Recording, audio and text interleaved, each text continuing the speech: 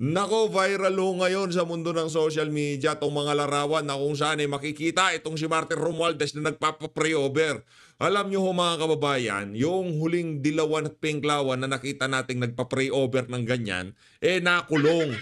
Kaya para dito kay Tambaluslo, sabay hinay-hinay ho kayo sa pagpapa-pray over. Pagkatapos yung nagpa-pray over dito kay Abante, sinunod nyo naman itong si Brother Eddie Villanueva.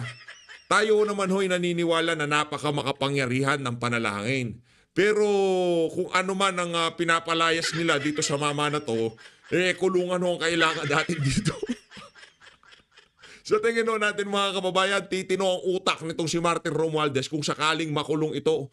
Pero pagdating siya ganito, tayo naniniwala. Walang bagay na hindi makukuha sa panalangin. Lahat ng bagay ika nga maidadaan niya sa panalangin. Pero ika nga, ang panalangin na walang karampatang gawa, baog yan.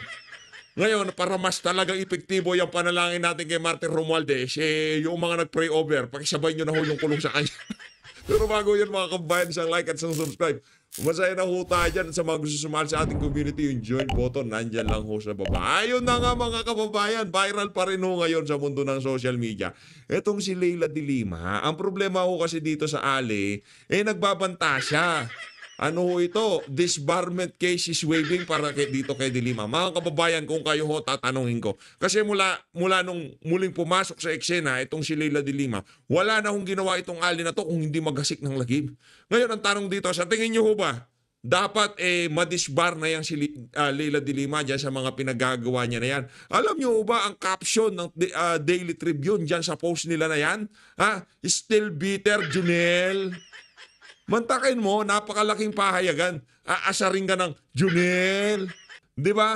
Pati itong mga malalaking pahayagan na to, hindi na hudli ni respeto itong si Dilima. Still bitter, Junel. Ano ba sabi ni Dilima? Dilima, Supreme Court may face impeachment over Sara ruling. Anong i-impeach nyo yung lahat ng ano na yon? Yung lahat ng maestrado na yan ang problema Kabiteran ho yan mga kababayan. Move on na ho kayo. Meron naman ho kayo sa February next year. Ilang buwan na lang naman. August na tayo ngayon. September, October, November, December, January. February, 5-6 na buwan. Kung talagang mabigat ang mga ebidensya dyan, okay. Malay nyo, yung nakahain na asunto dito kay VP Sara dyan sa ombudsman, magamit pa yan sa impeachment laban sa kanya. Alam ko na, hindi basta-basta makakapagbukas ng bank account sa ombudsman.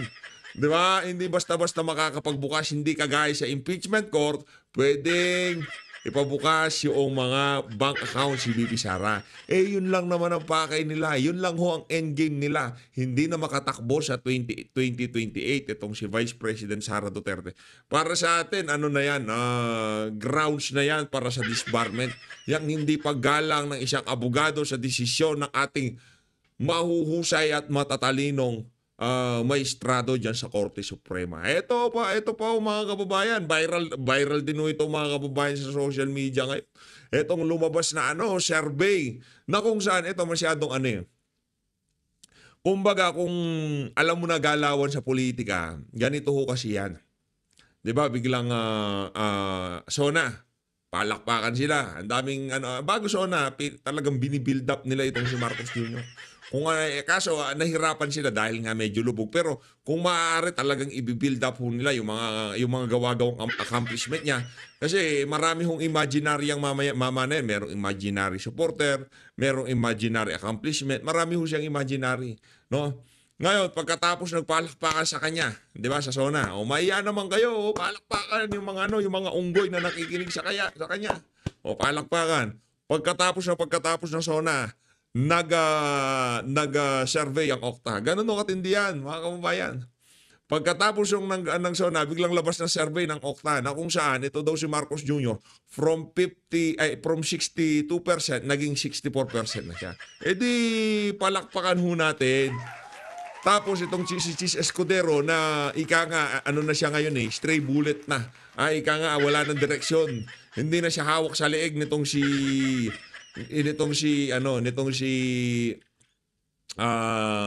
Lisa, no? At naniniwala tayo diyan sa pagbabalik niya bilang Senate President dito sa 20th Congress. Wala nang galaw ang Malacanang diyan sa pagkakaano niya na yan, pananatili niya bilang Senate President. Kasi kung titingnan niyo lang ho mga kababayan, yung naratibo ng House of Representatives, kaisa ho sila sa planong pagbaklas o pagpapalit o pagpapaupo dito kay Soto bilang Senate President dito sa 20th Congress. Kaso yung mga ika nga Duterte block diyan sa Senado, at kasama dyan si Senator Rodante Marcoleta. Mapa Duterte Black, mapa hindi Duterte Black, hindi na para sa atin para pagdebatihan yan. Hindi mo kailangan maging Duterte Black para ika nga suportahan ka ng mga taga-suporta nitong si dating Pangulong Rodrigo Duterte. Sa ayaw at sa gusto mo, pagka ginawa mo ang tama, matatag ka bilang Duterte supporter. Kaya yung Duterte Black na yan, wala hong ano yan, wala hong karga yan para sa atin. At bigyan din naman ho natin ng si Senator Rodante Marcoleta. Hahawakan ho niya napakalakas na komite. Ang dami ho niyang iimbestigahan diyan. Anong gusto niyo? Every time na nag-iimbestiga siya, isa sa mga Duterte Black, ganito, ganyan, ganyan. Gusto niyo ho ba yun? Ayusin na natin ngayon pa lang. Kung hindi siya Duterte Black, well, good. Walang problema. Palakpakan tayo. Para hindi lahat ng galaw ng mama, mabahiran na kagad, Duterte Black yan eh. Yan ang gusto ni Duterte. Di ba? Ano na naman yan? Puro anti-administration kasi Duterte Black yung Ito sinasabi ko sa inyo mga kababayan. Hindi mo kailangan pumasok dyan sa Duterte Black na yan para ika nga malinya ka sa mga Duterte. Kahit sinong congressman at senador, pagka ginawa nila ang tama, ang sinisigurado ko dito, malilinya sila sa mga Duterte sa ayot sa gusto nila. Una sa lahat, pagka ginawa mo ang tama, aayawan mo, kokontrahin mo lahat ng kabalbalan ng administrasyon. Tama, mali? Yun ang una mong gagawin. Una mong gagawin, iimbestigahan lahat ng kakurakutan na nangyayari dito sa administrasyon na to. Sino masasagasaan? Administrasyon ni Marcos Jr., ang dating, sino magbebenepisyo? Dahil tinitingnan nilang tatakbo sa 2028 si VP Sara. Kahit hindi sinasadya, ang dating parang nagiging Duterte supporter kung sino man ang tumayo dito sa administrasyon na to. At tayo, kahit na hindi Duterte supporter, hindi Duterte supporter, pagkatama ang ginawa niyan, ang sigurado ho dito mga kababayan, makakatikim na masigabong palakpakan. Ayun na nga mga kababayan, rekta na ho tayo dito sa nakita na nating larawan sa social media na kung saan kitang-kita ho natin na ang Duterte siblings, yan na talaga. Yan ang ika nga nagkakaisa ho. Ano man ang intrigang nangyayari ngayong mga panahon na to sa mga taga-suporta, sa kung sino pa man, ang sigurado ho dito, united ang pamilya nitong si dating Pangulong Rodrigo Duterte. Ngayon, kung nagkakaisa sila, sino ba naman ho tayo para pag-away-awayin yung mga bagay-bagay na dapat sana sila ang kumikilatis, umaayos, o kung ano pa man, di ba? Kaya tayo, ano ho tayo dito? Kung ano man ang kaganapan sa social media, tinatanong tayo bakit di tayo nagbabato ng mga punto de vista. Kasi kung nandito man si dating Pangulong Rodrigo Duterte, alam nyo ano sasabihin niya? Stop it. Hindi niya lang masabi. Kaya ayaw nilang tumigil. Ayaw, sa kanila naman yan eh. Decision nila yan. At ako malugod kong rinirespeto yan. Lahat sila, rinirespeto ho natin yan. Ika nga. Kasi pagka ang nangyari, pinuna mo to, pinuna mo yan. Kinontra mo to, kinontra mo yan. Wala nang problema sa pagkontra. Pero tayo dito, ika nga, meron tayong isang pinaglalaban. Kung iba man tayo hindi Duterte supporter pero gusto nilang maisaayos tong bansa na to, meron pa rin tayong ika nga common goal ngayong mga panahon na to. At kailangan nating mag-regroup, magpalakas dahil sa 2028, kailangan ho yan ni Vice President Sara Duterte. No, hindi na para sa akin na ika nga sumausaw pa dyan. Ayaw nyo na silang magbalagbagan, magbakbakan dyan sa issue na yan. Ang atin lang ho dito, kung nagkakaisa ang Duterte siblings, maging masaya at makiisa ho tayo sa pagkakaisa nitong pamilya na to. Dito tayo kay Atty. Trixie Cruz Angeles, sinagot ho niya dito yung mga claims nitong si Christian Munsod. Game.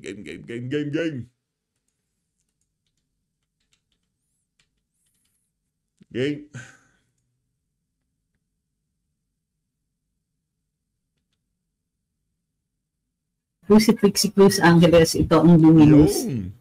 Ang pag-uusapan po natin ngayong araw na ito ay tungkol doon sa komento ni dating Commissioner, Constitutional Commissioner noong 1986 na isa sa nag-frame o gumawa ng unang draft ng 1987 Constitution, yung Nira Typica. Sabi ni Attorney Christian Monson, what if the charges are true?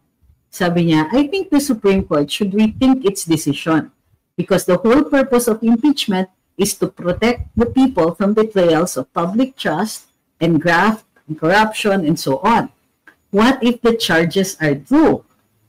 Mabuti sana po kung hindi siya abogado at hindi niya alam yung tunay na kasagutan sa katanungan na ito. Ang kasagutan dyan ay nandun sa pagpoprotekta ng ating karapatan to due process. So, muli, ano ba ang due process?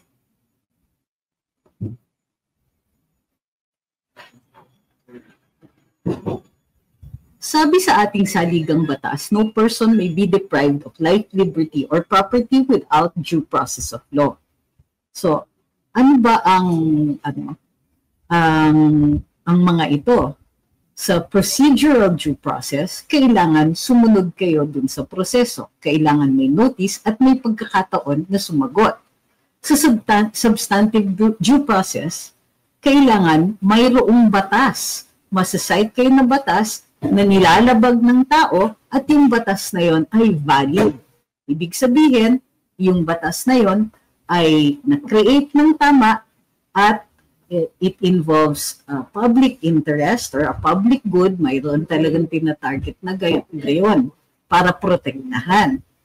So, bakit due process ang binabanggit natin? Madalas, ang isang ordinaryong layperson, hindi abogado, iisipin mo talaga, bakit kailangan mong protektahan o sumunod sa mga rules na nagpoprotekta sa due process kung sa tingin mo naman, guilty yung tao? Bakit pipigilin o pipigilan yung proseso? Sabi sa saligang batas, uulitin natin, no person may be deprived of life, liberty, or property without due process of law. Imagine natin kung walang due process. Imagine natin, halimbawa, kapag inaresto ka, wala kang Miranda rights, hindi ka sasabihan kung ano ang karapatan mo. What if mag-aaresto na lang ang mga pulis at kahit walang basis, ilalagay nila sa kulungan tapos maghahanap ng ebidensya laban sa kanya. Anong ibig sabihin nun? Ibig sabihin, maaari ang mga state agents o ang isang gobyerno, mga ahente ng gobyerno na basta na lang magdakip ng tao at hanapan ng ebidensya ito habang ito ay nakakulong. Nako. Importante ang life, liberty, or property kung kaya't mayroong due process. Pero ano ba naman ang pinoprotektahan sa due process? Ito ay restriction sa isang malakas na puwersa ng Estado. Sabi na ang tingin ng saligang batas o ang pinoprotektahan, ang punteriya ng saligang batas dito is ang isang tao, ay magandang gabi Mr. Chase, ang isang tao kapag kaharap niya ang mga puwersa ng gobyerno o ng Estado ay nag-iisa. Kadalasan, ang kasama lang niya kung sakasakali ay yung kanyang abogado. Pero against the forces of the state, kailangan may protection ka kasi magiging abusado ang Estado laban dun sa isang individual. So yung Bill of Rights natin sa saligang batas ay nilalagay doon bilang breaks, pangpigil sa Estado na posibleng manggigil sa isang tao o isang grupo ng mga tao at magbaliwala na lang. Hindi na sila mag-aandar and they will not act with fairness. So basically, ang pinoprotektahan ng ating due process clause ay equal, ay maging protektado ang individual doon sa possibility na maging excessive ang Estado. Nakikita natin, halimbawa, in criminal cases, hindi ba kapag mayroon criminal case, let's say, sa search warrants.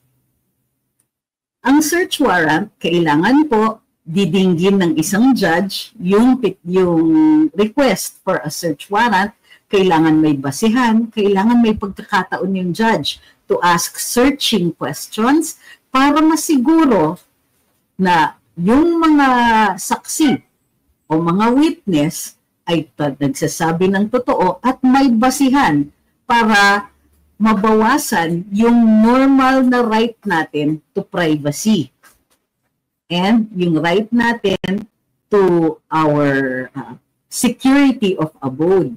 Ibig sabihin, normally, hindi dapat pinapasok ng basta-basta ang bahay natin, ngunit ay na-allow natin yan in cases like search warrants when a judge issues the order. So, paano kung hindi ka kumuha ng search warrant? Ang nangyayari, yung ebidensya na nakuha na yan, ay hindi na magagamit laban sa akusado. Ang tawag dyan is fruit of the poison tree or fruit of the poisonous tree. Ibig sabihin, pag nilabag mo yung proseso na nagagarantiya ng pagprotekta dun sa tao, hindi mo na magagamit yan bilang ebidensya. Kapag nilabag mo ang karapatan ng isang tao, you cannot benefit from that. So, kapag violate mo yung proseso para sa pagkuha ng ebidensya, ang sinasabi ng mga hukuman, excluded na yan. E paano kung yun lang yung ebidensya at talagang tingin natin may sala yung akusado? Lalabag ba ng hukuman yung due process requirement? Hindi. Baliktad nga. Ang sasabihin ng hukuman, napakahalaga ng karapatan natin dyan sa due process na kahit sa tingin ng lahat, guilty yung tao, kahit sa tingin ng lahat, ito na lang ang natitirang ebidensya na pwedeng gamitin, i-exclude pa rin yan dahil sinasabi ng hukuman, kailangan i-temper yung lakas ng puwersa ng Estado because it could become abusive later on. It could even be abusive as we speak. So, dito sa kaso ni VP Inday, nakita ng hukuman na may bahagi ng proseso sa impeachment na kulang sa pagpoprotekta sa karapatan ng isang respondent. Hindi nabigyan ng pagkakataon si VP. Teka lang. 940,000 subscriber na hupula tayo. Palakpakan. Ibang klase naman. Yan na nga ubos yung nasabi natin. Isang beses pang palakpakan. Ninanamnam ko lahat ng sinasabi nitong si Atty. Trix, di ba? O natututuho tayo kasi abogado. Hindi lang tayo abogado eh. Inday na makita yung ebidensya laban sa kanya, makita yung articles of impeachment, at mabigyan ng pagkakataon na makasagot. Bukod pa dyan, hindi pinakita ng mga kongresista kung mayroong talagang reklamo na ika-4 na reklamo, hindi rin nila ipinakita ang articles of impeachment at ang kaakibat na ebidensya na ito nung ito ay pinaikot doon sa mga miyembro ng Kamara. Bakit mahalaga ito? Kasi hindi ka pwedeng mag-imbento. Hindi ka pwedeng magsabi na, ito, pirma na lang kayo. Bigay na natin ito. Diretso na sa Senado. The House has the power to conduct the impeachment. The House has the power to hear it and to determine kung they have sufficient evidence para sumulong sa trial sa Senado. In other words, sabi ng Korte Suprema, may due process pag fina-forward yung reklamo sa Committee on Justice. Pero bakit ganun? Kapag naka 1/3 vote, hindi na mabibigyan ng due process yung respondent. Hindi pwede yan, sabi ng hukuman. O House, gawan nyo ng rules yan. Garantiyahan nyo naman na pinoprotekta ninyo ang karapatan ng respondent. Ang sinasabi ni Mr. Christian Monsod, paano kung guilty? Sir, lalo na kung guilty. Paano kung totoo? Sir, lalo na kung totoo. Kasi para magarantiya natin na magiging fair ang proceedings, the state or the government forces must also act with fairness. Doon una manggagaling yung pagtrato sa respondent na dapat ay patas sa batas. Bukod pa dyan, maaari natin sagutin si Mr. Monsod. Sabi niya, what if the charges are true? Then sir, sabi naman ng Korte Suprema, pwede niyo yung i-file no earlier than February 6, 2026. Okay. So, pagka nakita natin yung mga ganito, marami tayong nakikita ng mga tao na tutol dun sa desisyon o resolusyon ng pinakamataas na hukuman. Actually, di naman ganun karami. Ang problema lang, talagang maiingay lang sila. Di ba? Para hindi naman ganun karami. Yung mga pabibo lang sa social media. Yan sila Christian Monsod, yan sila Dilima, mga typical dilawan pinklawan. Yan sila, ano pangalan ito? Itong si Boy Lamas, di ba? Yung pinakaunang dumistorb sa kaluluwa ni Risa. Oy, ikaw Liamas na-disturb mo ba kaluluwa? Ito ay dahil nga, uunahin nila ang pagprotekta sa karapatan ng individual. Nakita natin ang lakas ng puwersa ng House. Doon pa lang sa pagkoconduct nila ng inquiry, may karapatan to cite in contempt ang House. May karapatan silang magpa-detain. May power sila na maging immune sa mga sinasabi nila during the course of any inquiry. Diba? Mayroon silang, marami pa silang iba. May power of the purse pa. So nakikita natin that the Congress, the House, is very powerful. And you have an individual, the Vice President, na nakaharap dyan sa mga kongresista. And they could have detained her. They could have, asked her question after question after question. They could have, wasted her time by asking her to be there every day, for 6 months and so on, para hindi siya makakaikot, para hindi niya magawa yung kanyang trabaho, para hindi siya makakonduct ng charitable work. So, the Congress has all these powers and the respondent has the Bill of Rights. That is how the Constitution equalizes the treatment between the agents of the state or the state itself, the government, and the individuals that must face them.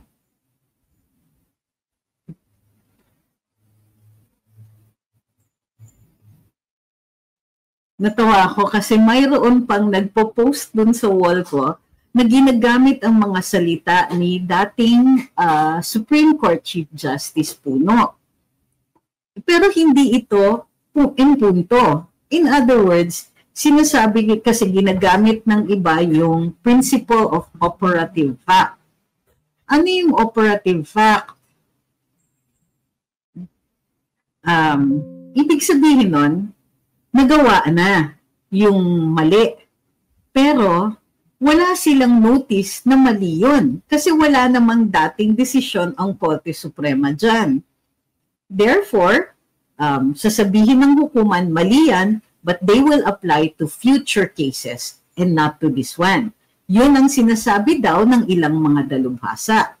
Pero yung sinasabi na ganun, hindi po kasi yan sumasagot doon sa paratang na ang House of Representatives ay lumabag sa karapatan ng ating vice-presidente. So, while they can argue operative fact, it still remains na nalabag ang karapatan ni Vice President Inday. And that will be of primary importance. Kaya nga po gumawa ng ganitong desisyon ang Korte Suprema para masiguro na masusunod ang due process. Yun. Mag-hi lang po ako. Hi, Sir Dean. Kakagising lang daw niya. So, nakakatuwa si Sir Dean kasi pag naghahanda siya for work, naka-on yung live natin. Konting ano na lang ho mga kababayan, konting push na lang ika nga. 60,000 subscriber. Tingin ko bago mag-September. Sana bago mag-September, no? Napakagandang ano nun ng ika nga birthday gift sa atin, no? Birthday month ho natin yun, September. Sana makapag 1 million na tayo. Bago September sana. Kaya ba to 60,000? Parang wala po eh. Yung iba kasi tamad mag-subscribe eh. Pero kung masipag mag-subscribe ang lahat, tingin ko kaya. Pero yung iba kasi medyo tamad. Kaya sabi ni Ma'am Henriette, no pressure ha. Wala akong ano yan. Ika nga wala ho tayong yaang subscriber na yan darating ang darating. Kung di aabot di wala ho tayong magagawa. Kung aabot di maraming salamat. No pressure. So if it is illegal, they can make it right in the coming year. They can follow the process. They have to first create rules. Kailangan muna gumawa sila ng mga patakaran na maaaring makasagot ang respondent sa isang impeachment case. Diba? Doon, lalong-lalo na kung gagamitin nila yung 1/3 rule.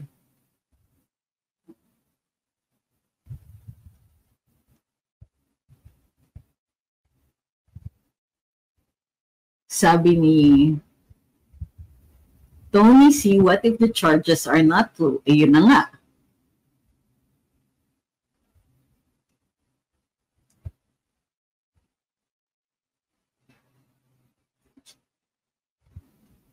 Can Attorney Claire be liable daw for contempt? Sabi ni Music Ground. It depends. What exactly do you want to hold her for?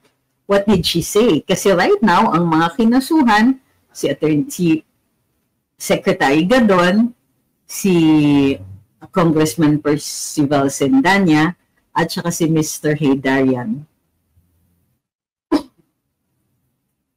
Hi, kay Sir Art, maraming salamat po. Kay Chinks, kay Miss Malu, kay Pompoko, maraming salamat po sa inyo. Kay Teach Jeannie rin po.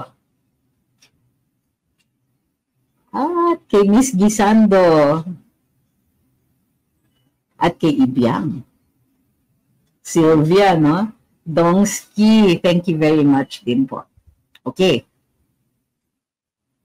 Hi kay Sir Niel.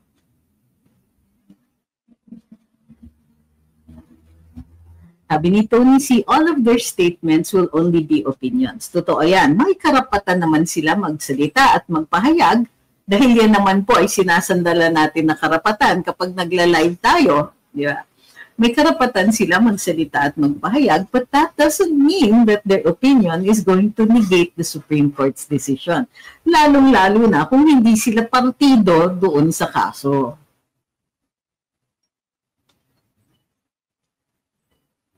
Tama, sabi ni Gilbert, pag sila, freedom of speech. Pag di ka tropa, libel. Ay, pag hindi ka tropa, tawagin ka sa Kongreso o sa House of Representatives at kikwestiyonin ka doon sa mga expressions mo. To the point na nahaharas or feeling harassed yung ibang mga resource person.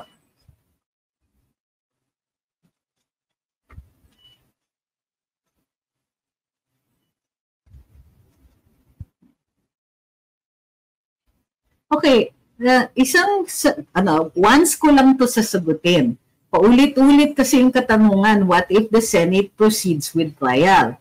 Ang nagiging danger niyan ay mayroon tayong dalawang sangay ng gobyerno na magkasalungat. So it may cause a constitutional crisis, a breakdown in order. Kasi normally, naka-allocate naman ang mga powers. ng bawat sangay ng gobyerno. May karapatan, yes, may power na mag-hold ng trial ang Senado, ngunit mayroon din at exclusive sa Korte Suprema ang power to decide cases on or controversies on grave abuse of discretion. So,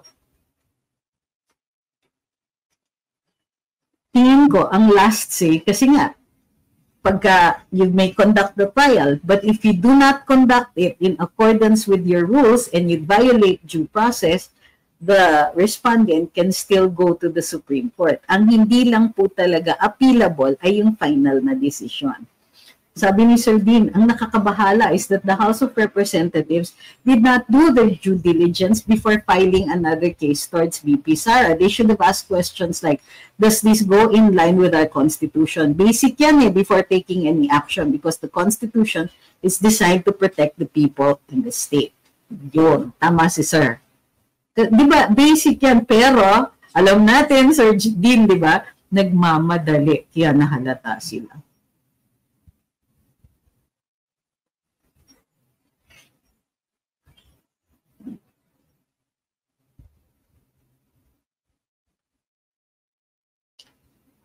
Sabi ni Julian's World, Taal bones useless, no DNA found. Sinunog kasi. So, not no DNA, but no usable DNA. Diba? Hindi natin magagamit yan for any identification purpose. Now, the question is, how did they determine if this is human if there is no DNA? Ano ba siya? Through physical examination lang? Kasi if it is only through physical examination, medyo nakakabahala yun, ha? Kasi, well, let's see. Kaya naman siguro to identify only whether or not it is human. Sabi ni Pragmatist, the problem is not the law. The problems are people with onerous agendas. Hi, Ma'am Artemis. Good to see you.